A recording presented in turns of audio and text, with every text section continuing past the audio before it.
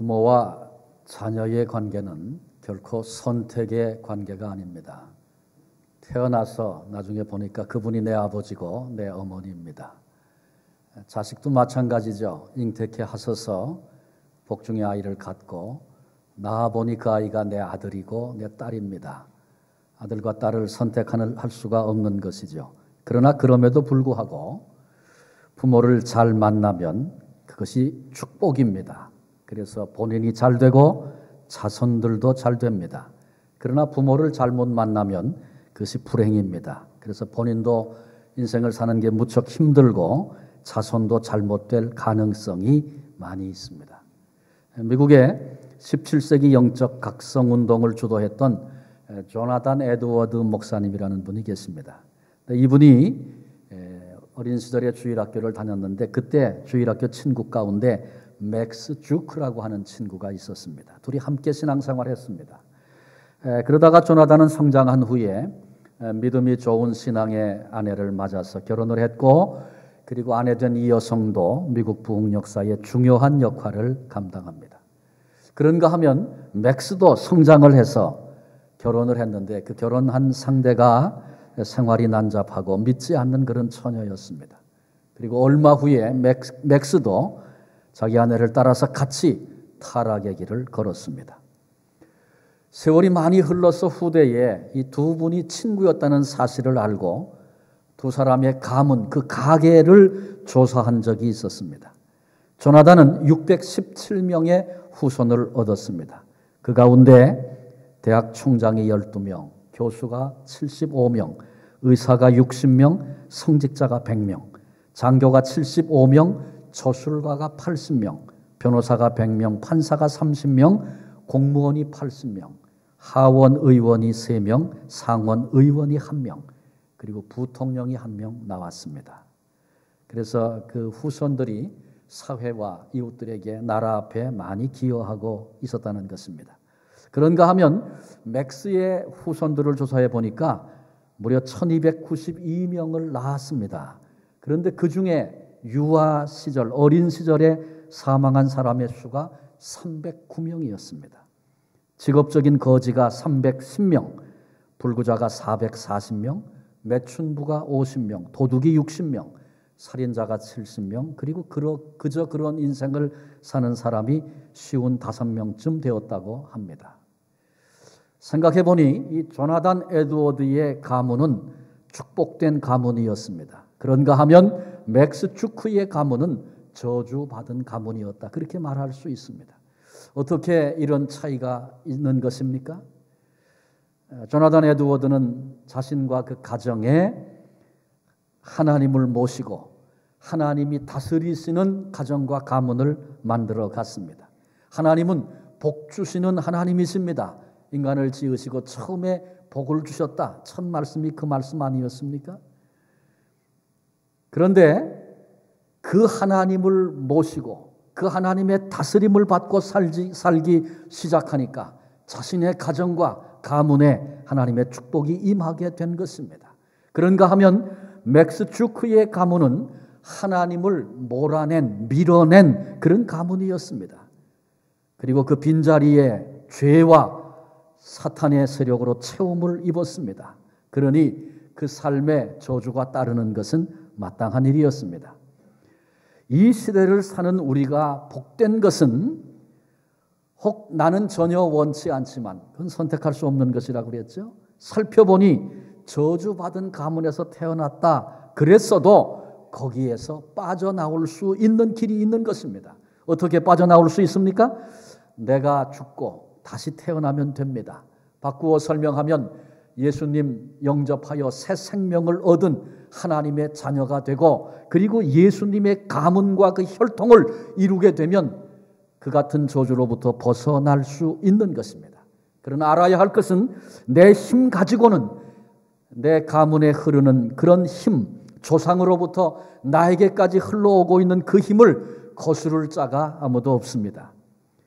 우리가 지금 창세기를 살펴나가고 있는데 오늘 읽었던 창세기 4장의 그 마지막 부분에 나오는 말씀과 이제 5장 전체에 저주받은 가문과 그리고 축복을 받은 가문이 등장을 합니다.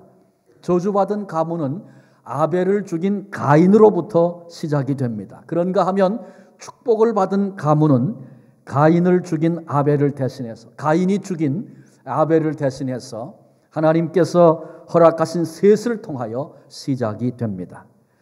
아버지는 똑같습니다. 아담이었습니다. 그런데 한 아들로부터 저주의 가문이 시작이 되었고 또 다른 한 아들로부터 축복의 가문이 시작된 것입니다.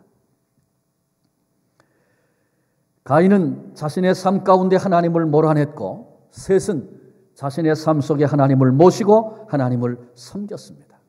오늘은 저주받은 가인의 가계를 함께 살필 것입니다. 다음 주에는 축복받은 셋의 가문을 살펴보려고 합니다. 저주받은 가인의 가문을 보면 인생의 실패자 낙오자로 가득 차 있을 것 같습니다. 그런데 그렇지 않습니다. 주크의 경우는 그랬죠. 근데 본문은 그렇게 말하고 있지 않아요. 그래서 어떠면 이 가문을 살피는 일이 더 어렵고 더 세심한 주의가 필요할 수 있습니다. 오히려 가인의 가문을 보면 세상적인 눈으로 볼 때에 성공한 것 같은 그런 사람들이 많이 등장을 합니다. 본문의 가인의 가문을 보면 도시 문명을 시작한 사람, 예술을 꽃피운 사람, 과학을 일으킨 사람들이 각각 나옵니다. 17절에 보면 아내와 동침함에 그가 임신하여 에녹을 낳은지라 가인이 성을 쌓고 그의 아들의 이름으로 성을 이름하여 에녹이라 하니라. 인류 최초로 성을 쌓고 도시를 만들었습니다. 도시 문명이 비로소 시작이 된 것입니다. 20절에 아단은 야발을 낳았으니 그는 장막에 거주하며 가축 치는 자의 조상이 되었고 유목민의 조상이 여기 등장하고 시작이 됩니다. 21절을 보니까 그의 아우의 이름은 유발이니 그는 수금과 퉁소를 잡는 모든 자의 조상이 되었으며 음악이 발달하고 악기를 만들고 예술이 시작되는 그런 모습을 봅니다. 22절은 이렇게 말합니다. 실라는 두발가인을 낳았으니 그는 구리와 쇠로 여러 가지 기구를 만드는 자요. 그렇게 말씀하고 있습니다. 금속 공업이 시작이 되고 과학이 발전하기 시작했습니다. 저주의 가문을 지금 살피고 있는데 세상적으로 실패한 모습이 아니고 성공한 듯한 사람들이 여기 많이 등장합니다. 그들은 이곳저곳 다니면서 생업을 영위하는 모험적인 사람들이었고 도시 문명을 개발하고 기술을 개발하고 예술을 꽃피웠던 사람들이 그 가문 속에 다 모여 있습니다. 아니 그렇다면 이렇게 뛰어난 생애를 살았던 삶을 어떻게 저주받은 삶이라 저주받은 가문이라 그렇게 말할 수 있겠습니까? 가인의 후손들 가운데 어떤 한 분야에서 성공한 사람들이 많이 있습니다. 그런데 문제는 그 성공을 이루어가는 과정 가운데 그리고 성공을 그 이루어낸 결과로 사회 속에 사회악이 꽃피기 시작했다라고 하는 것입니다. 본문에 나타난 저주받은 가문의 대표적인 인물로 라멕을 꼽을 수 있습니다. 19절에 보니까 라멕이 두 아내를 맞이하였으니 하나의 이름은 아다요 하나의 이름은 실라였더라. 이렇게 라멕을 소개해주고 있습니다. 하나님의 창조의 원리를 우리는 다 알고 있습니다. 한 남자와 한 여자를 만드셨습니다. 그리고 한 몸을 이루게 하시고 일생 동안 함께 살도록 그렇게 하셨습니다. 그런데 라멕은 하나님의 명령을 고의적으로 거절했습니다. 최초로 바람을 핀 사람이 됐고 일부 다처가 여기 시작이 됩니다. 성적 타락이 사람들 속에 사회 속에 찾아왔고 그런 악한 일들이 시작된 것입니다. 23절에는 라멕이 지은 시가 나옵니다. 라멕의 아들은 쇠를 다루는 사람이었는데 아마 라멕에게 자기 아버지에게 칼을 만들어 준 것 같아요. 그런데 이제 라멕이 아내 두 사람을 자기 앞에 앉혀놓고 자랑하듯이 시를 지어 지금 노래를 부르고 있는 것입니다. 그 내용을 그 배경을 좀 소개한다면 한 젊은이가 라멕에게 상처를 입혔습니다. 그러자 라멕이 자신에게 상처를 입힌 그 사람을 용서하지 않았습니다. 그렇다고 해서 상처를 입혔으니까 너도 상처를 받아라. 그래서 똑같은 상처를 준 것도 아니었습니다. 아예 그 젊은이를 죽여 없애버리고 만 것입니다. 그리고 그것을 이제 아내들 앞에 자랑스럽게 노래하고 있습니다. 가인을 해친 자가 그 벌이 7배라면 라멕을 해친 자는 그 벌이 77배일 것이다. 우린 가인의 이야기를 이미 살폈습니다. 자기 동생 아벨을 죽인 후에 양심의 두려움이 생겼습니다. 내가 사람을 죽였는데, 동생을 죽였는데 사람들이 나를 똑같이 죽이면 어떡할까? 임하게 될 벌에 대하여 두려움을 갖기 시작했습니다. 그런데 그때 하나님의 긍휼과 자비가 나타났죠. 내가 너를 지켜줄 거다 약속해 주셨습니다. 만일 누구든지 너를 해롭게 하는 그런 사람이 있다면 내가 그 벌을 7배나 더하리라. 하나님이 그렇게 선포하셨습니다. 그런데 이제 라멕에게 이르러서 그 죄가 얼마나 더 커졌는가 여러분 생각해 보십시오. 라멕은 벌 주는 것을 하나님 손에 맡길 수 없다는 것입니다. 내가 하겠다는 것입니다.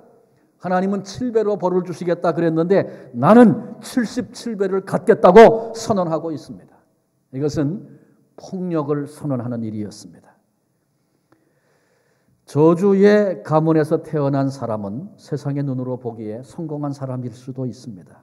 예술 영역에서 성공할 수 있고 과학과 사업과 그 밖에 여러 영역에서 성공할 수 있습니다. 그러나 그 성공에는 저주가 따릅니다. 그 저주는 말씀드린 것처럼 두 가지입니다. 한 가지는 성적인 문란이고 또 다른 한 가지는 폭력입니다. 여러분, 섹스와 폭력, 우리가 살고 있는 이 시대와 사회 속에 제일 큰 문제인 거 여러분 아십니까? 우리가 얼마나 많이 이 사회 속에 그런 것들을 보고 있습니까? 가정에서, 사회에서, 나라에서 축복의 하나님, 사랑의 하나님을 몰아내면 그 자리에 죄가 들어오고 악령으로 채우게 되고, 그래서 저주받은 가정, 저주받은 사회, 저주받은 나라가 돼버리고 마는 것입니다. 지난 주간 중에 오타와에서 테러가 있었습니다. 캐나다에서 이런 사건들이 벌어지고 있습니다. 이 북미 땅에 하나님이 복을 주셔서 정말 복된 축복의 나라들을 이뤘는데 신앙을 저버리고 온갖 것들이 하나님을 몰아내고 다른 것으로 채우는 그런 이 시대 속에 폭력이 난무하고 학교에서 총기 난사 사건이 벌어져서 아이들이 수많은 사람을 죽이기도 하고, 신문을 보면 얼굴이 뻘개질 정도의 성적인 타락과 죄악들이 만연한 시대에 저와 여러분 우리가 지금 살고 있지 않습니까? 저주받은 가정의 모습을, 저주받은 사회와 나라의 모습을 우리의 삶의 자리에서 그리 멀지 않은 곳에서 우리 가까이에서 그런 일들이 벌어지고 있는 그 모습과 현상을 우리가 지금 눈으로 보고 오늘을 살고 있는 것입니다. 이런 어두움이 관영한 이 시대 속에서, 사회학이 지배하고 있는 이 시대 속에서 믿음의 사람들은, 우리들은 과연 어떻게 살아야 할까요? 세 가지를 생각하시면서 오늘 우리에게 주시는 메시지를 들으려고 합니다. 첫째는 성공을 하나님으로 삼아서는 안 된다라고 하는 것입니다. 저주받은 가문에서 태어난 사람들이 세상적인 관점에서 성공할 수 있다 그랬습니다. 사업 분야, 학문, 예술 각 분야에서 성공합니다. 그들이 어떻게 성공하는지 아십니까? 하나님을 몰아낸 채 생활한다 그랬죠. 그런데 하나님만이 채우실 수 있는 그런 공간이 우리 인간에게 있습니다. 그런데 하나님을 몰아냈으니까 거기가 비었잖아요. 그런데 그 빈 곳을 이 사람들은 성공이라는 것으로 채웁니다. 그래서 예술에 미칩니다. 학문에 미칩니다. 성공에 미칩니다. 이들에게 사업이 하나님이 되고 학문이 하나님이 되고 예술이 하나님이 되는 것입니다. 그것이 내 생애에 가장 중요한 것이다. 나는 그것을 위해서 목숨을 바칠 각오가 돼 있다. 그렇게 말합니다. 그러니 성공하지 않을 수 있겠습니까? 목숨을 내놓고 사업을 하는 사람을 누가 이길 수 있겠어요? 목숨을 내놓고 예술을 하겠다는 사람을 누가 감당할 수 있겠습니까? 목숨을 내놓고 공부하는 사람을 누가 이길 수 있겠어요? 사업과 예술과 공부가 하나님이 되어버린 사람들, 자기 분야에서 성공할지는 모르지만 우리가 살핀 대로 그 성공에는 저주가 따릅니다. 그래서 반드시 성적인 문란, 그리고 정신적인 폭력, 육체적인 폭력, 언어 폭력, 뭐 이런 것들이 따라오게 돼 있습니다. 그러기에 우리가 이 세상을 살아가면서 성공한 사람을 따라가겠다, 그 사람처럼 되겠다, 그렇게 생각하고 그렇게 살기 시작하면 우리도 알지 못하는 사이에 성공이 우리에게도 하나님이 되어버립니다. 그런 방식으로 성공하면 성공해도 저주가 내 가문에 흘러가게 돼 있는 것입니다. 그러므로 우리는 성공이 내 인생의 목표가 되어서는 결코 안 됩니다. 특별히 우리는 주의해야 할 것은 세상적으로 성공한 사람을 부러워한다든지 본받으려고 해서는 안 됩니다. 왜? 말씀드린 것처럼 이 사람들은 자기의 사업이, 자기의 학문이, 예술이 하나님이 되어버린 사람들이기 때문에 그렇습니다. 한 크리스찬이 사회적으로 아주 성공한 한 사람으로부터 나하고 동업하자, 그런 제의를 받았습니다. 그 사람과 동업하면 성공이 보장된 것입니다. 그런데 이 제안을 했던 사람이 한 가지 조건을 붙입니다. 당신이 나하고 동업하기 위해서는 한 가지 조건이 있습니다. 그리고 이렇게 말합니다. 당신에게 있어서 이 사업이 당신의 인생에 가장 중요한 것이 되어야 합니다. 어쩌면 사업하려는 사람에게 이 사업이 내 인생에 가장 중요한 것이다, 이런 생각이 뭐 당연한 것 같이 느껴집니다. 그런데 여러분, 이게 무슨 말인지 아십니까? 사업이 당신에게 하나님이 되어야 합니다, 그 얘기입니다. 사업을 하나님으로 삼을 수 있겠느냐, 그런 요청입니다. 그런데 이 성도는 이 말의 의미가 무엇인지를 알아차렸습니다. 그리고 거절했습니다. 왜냐하면 사업이 내게 아무리 중요해도 사업으로 하나님을 대신할 수 없다, 이분이 가지고 있는 기준 때문에 그런 것입니다. 그러니 우리도 마땅히 성공이 하나님이 되는 것 경계해야 합니다. 이 시대를 일컬어서 황금만능주의 시대, 성공만능주의, 뭐 그런 말들을 많이 씁니다. 그래서 어떤 분야에 큰 업적을 세우고 나면 그 사람의 내면이 어떠하든지, 그 사람의 가정이 어떠하든지, 그 사람이 주변 사람들과의 관계가 어떠하든지 그런 건 상관하지 않고 그 사람은 성공한 사람이다, 그렇게 치부합니다. 그리고 모두가 다 그 사람을 부러워합니다. 마태복음 6장 24절에 우리 주님이 말씀하셨습니다. 한 사람이 두 주인을 섬기지 못할 것이니 호기를 미워하고 저를 사랑하거나 호기를 중히 여기고 저를 경히 여김이라. 너희가 하나님과 재물을 겸하여 섬기지 못하느니라. 우리 주님께서 이 시대에 우리에게 오셨다면 똑같은 말씀하셨을 것입니다. 아무도 두 주인 섬길 수 없다. 하나님과 예수를 함께 섬길 수 없다. 하나님과 사업을 함께 섬길 수 없다. 하나님과 학문을 함께 섬길 수 없다. 우리 주님이 못 박아서 말씀하셨습니다. 성공이 결코 하나님이 되어서는 안 된다, 그런 말씀입니다. 성공으로 하나님을 삼고 이룬 성공에는 반드시 저주가 따르기 때문입니다. 성공하는 과정에, 그리고 성공하고 나서 파괴가, 내가 파괴되고 내 가정이 파괴되고 이웃이 파괴되고, 그런 일들이 각 분야의 성공한 사람들 속에 얼마나 많이 일어나고 있습니까? 확인을 해보십시오. 빛나는 예술가, 사람들이 다 알아주는 예술가, 그들 가운데 본인이 행복한 사람 별로 없습니다. 그런 사람들 중에 가정이 행복한 경우 거의 찾아보기가 어렵습니다. 그런 사람들 가운데 자녀가 잘 되는 것 정말 보기 힘듭니다. 학문도 마찬가지고 사업도 마찬가지고 운동도 마찬가지고 그런 것입니다. 성공은 했다고 사람들이 말하는데 행복은 없습니다. 성공이 하나님이 되면 성공할 수 있을는지는 모릅니다. 그러나 거기에는 저주가 따르기 때문입니다. 우리는 결코 성공을 하나님으로 삼아서는 안 됩니다. 두 번째로, 우리가 가지고 있는 재능과 기술을 하나님과 이웃을 위하여 써야 합니다. 우리 주변에 성공한 크리스찬들이 있습니다. 사업 잘하는 그리스도인, 학문적으로 잘 알려진 그리스도인, 예술 방면에서 뛰어난 그리스도인, 얼마든지 있습니다. 그런데 이런 사람들을 자세히 들여다보면 자신이 굉장히 행복해하고 보람을 느낍니다. 그리고 가정에도 행복이 흘러 넘칩니다. 이런 사람들은 성공했음에도 불구하고 주변 사람들을 착취의 대상, 이용하기보다는 이웃들에게 도움을 주는 그런 사람이 됩니다. 제가 인터넷을 보다가 한 여자에 대해서 알게 됐습니다. 한국 여성인데 지금은 제가 이름을 잘 기억 못하겠어요. 그런데 이분이 미국에 일찍 와서 이민을 와 살았습니다. 아주 엄한 아버지 밑에 컸습니다. 그리고 그 집안도 제법 괜찮은 집안이었어요. 한국에 나가서 대학 공부를 하고 들어왔어요.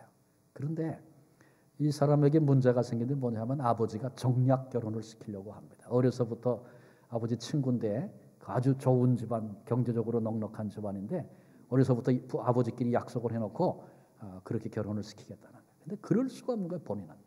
그래서 이분이 한국으로 도망을 갔다 그래요. 도망가서 거기서 이제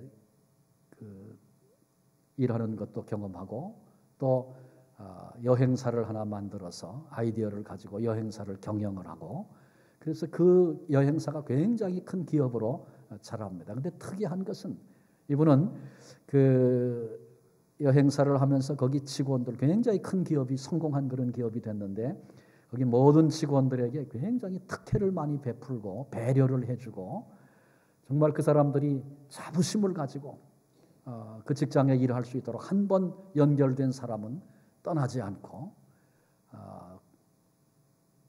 그렇게 아주 잘 케어하고 그 직장에서 행복을 느끼는 그런 삶을 살았다는 것입니다. 또 좋은 남편도 만나서 결혼도 했습니다.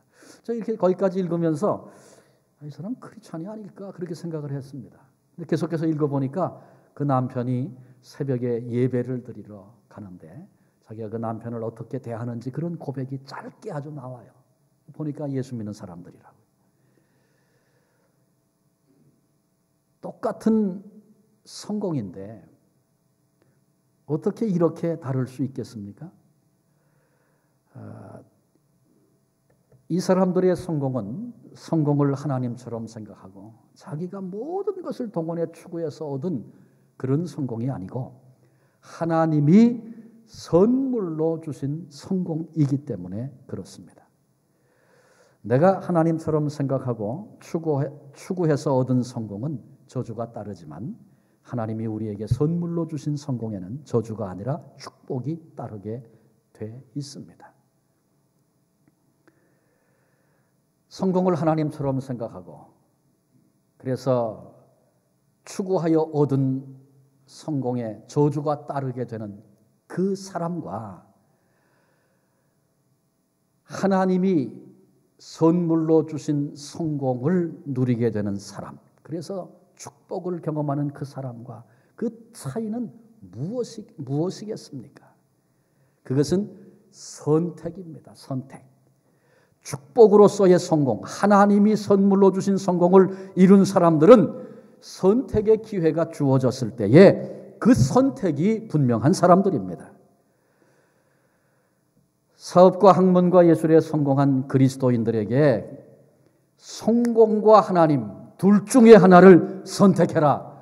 이런 선택의 기회가 주어지면 기꺼이 하나님을 선택하는 사람들입니다. 나는 사업에 실패해도 하나님을 선택하겠습니다. 나는 내 학문이 변변치 못하다고 사람들에게 인정을 받지 못하는 그런 존재로 남게 된다 할지라도 나는 하나님을 선택하겠습니다. 나는 예술의 꽃을 피우지 못하는 그런 존재가 된다 할지라도 하나님을 선택하겠습니다.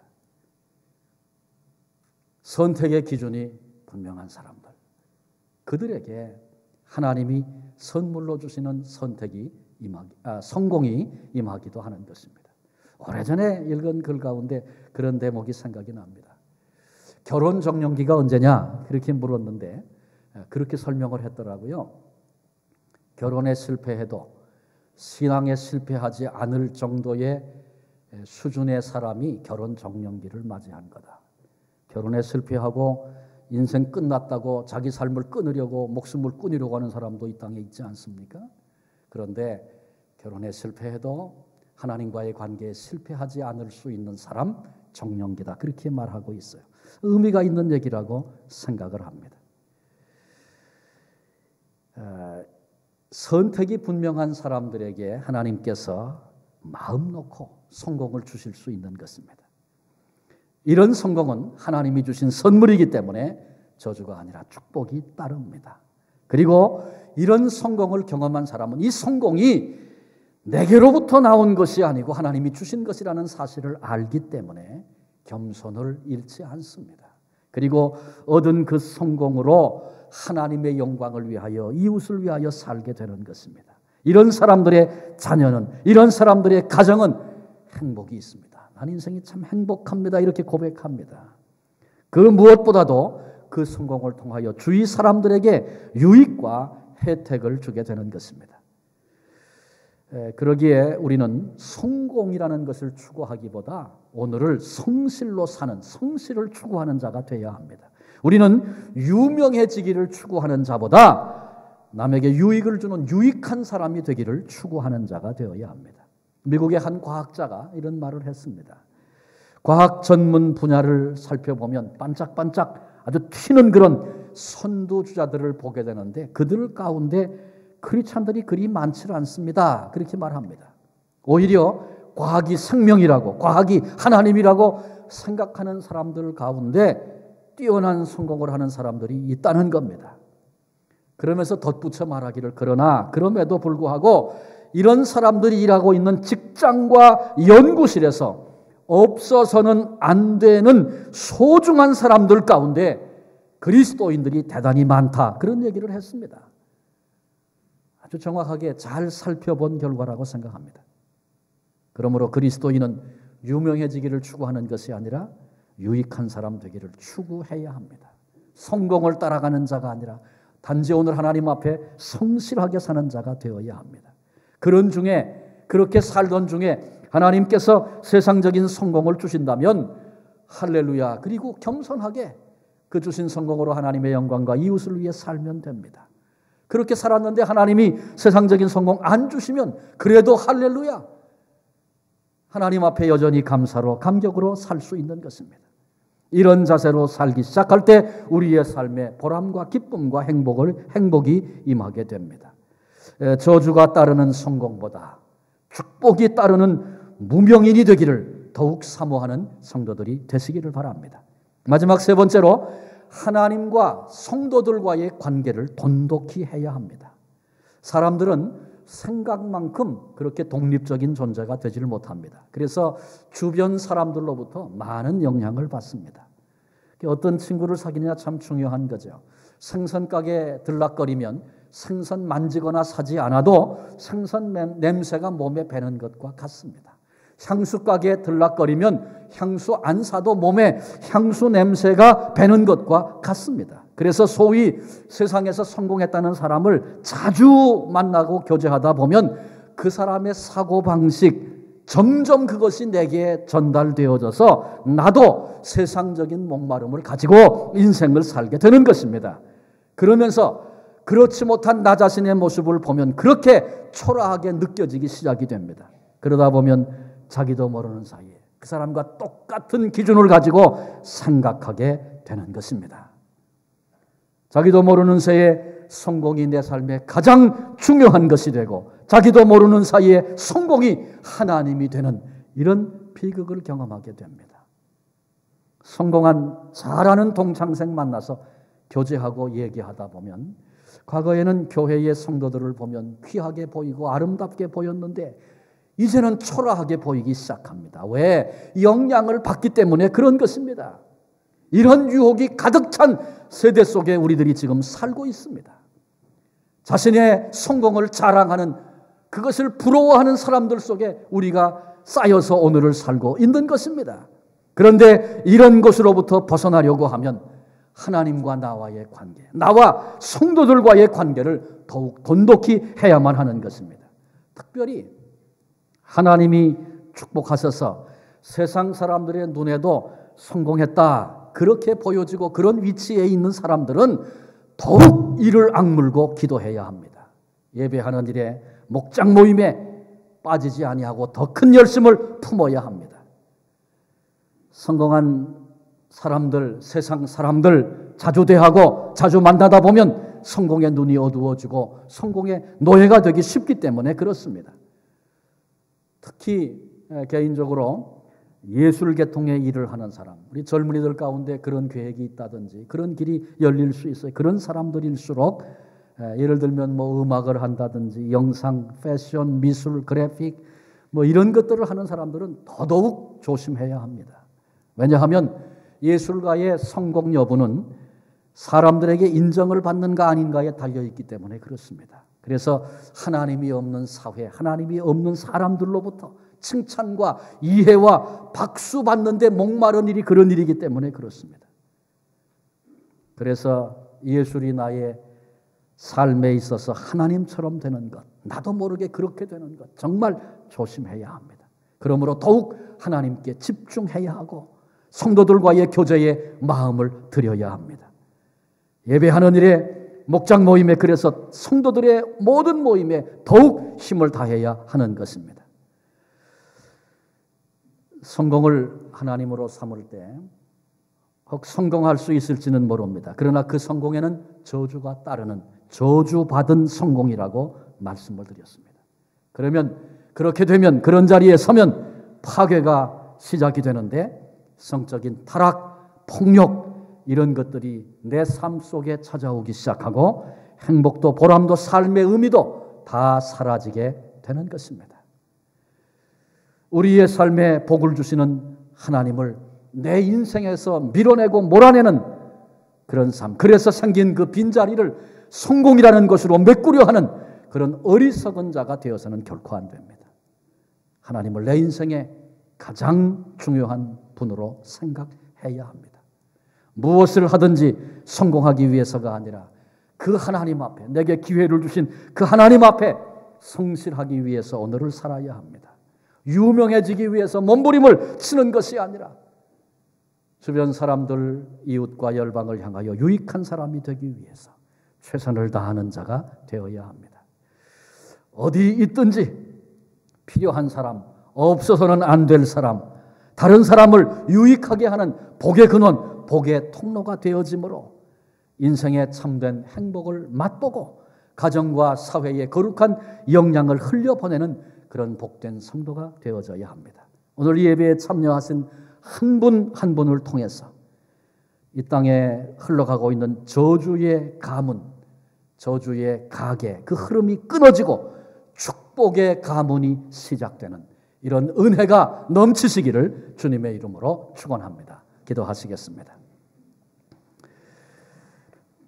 하나님, 눈을 뜨고 내 삶의 주변을 돌아보면 아주 쉽게 크게 성공했다는 사람들을 많이 보게 됩니다. 그 성공한 것을 자랑하고 또 그것을 부러워하는 사람들로 이 땅에 가득 차 있습니다. 그러나 오늘 말씀을 통해서 내가 추구해야 할 것이 무엇인가를 살피며 어떤 기준으로 살아야 할 것을 말씀해 주셔서 감사합니다. 하나님, 분명한 기준을 붙들게 해 주옵소서. 성공했지만 행복할 수 없고 저주가 임하고 성적인 타락과 폭력이 가문에 흘러가는 이 비극의 자리에 서지 않게 하시고 그런 것들을 부러워하지 않는 지혜로운 자가 되게 해 주옵소서. 그런 것으로 가득 차 있는 우리 주변을 보면서 우리와 우리의 자녀들이 결코 성공을 하나님으로 삼는 어리석은 자가 되지 않게 하시옵소서.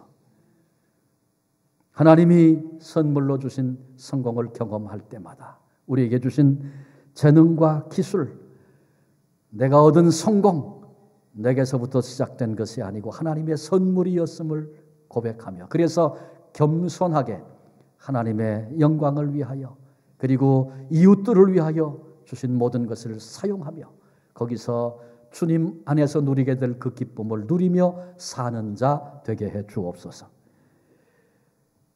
세상의 가치 속에 내가 빠지지 않기 위해서 도도하게 흘러가는 사람들이 추구하는 그 방향에 내가 떠내려가지 않기 위해서 하나님과의 관계, 성도와의 관계, 더욱 힘써 돈독히 할 수 있는 지혜로운 이들이 되게 하여 주옵소서. 그래서 결코 우리의 삶의 자리에 빈 공간, 사탄이 틈을 타고 나도 모르는 사이에 세상 것으로 하나님을 삼는 어리석은 자가 되지 않게 하옵소서. 결코 두 주인 섬길 수 없다. 우리 주님이 말씀하셨는데 내게 주인은, 내가 목표하고 있는 바는, 내가 추구하고 이루고자 하는 것은 과연 무엇인가를 다시 살펴보게 하시고 성공이 그 자리에 서지 않게 하시옵소서. 오늘 우리로 분명한 기준을 가지고 선택의 때마다 분명한 선택을 하며 남은 생애를 하나님의 사람으로 승리하며 살 수 있는 참으로 행복한 그리스도인들, 복된 자리 다 서게 해 주옵소서.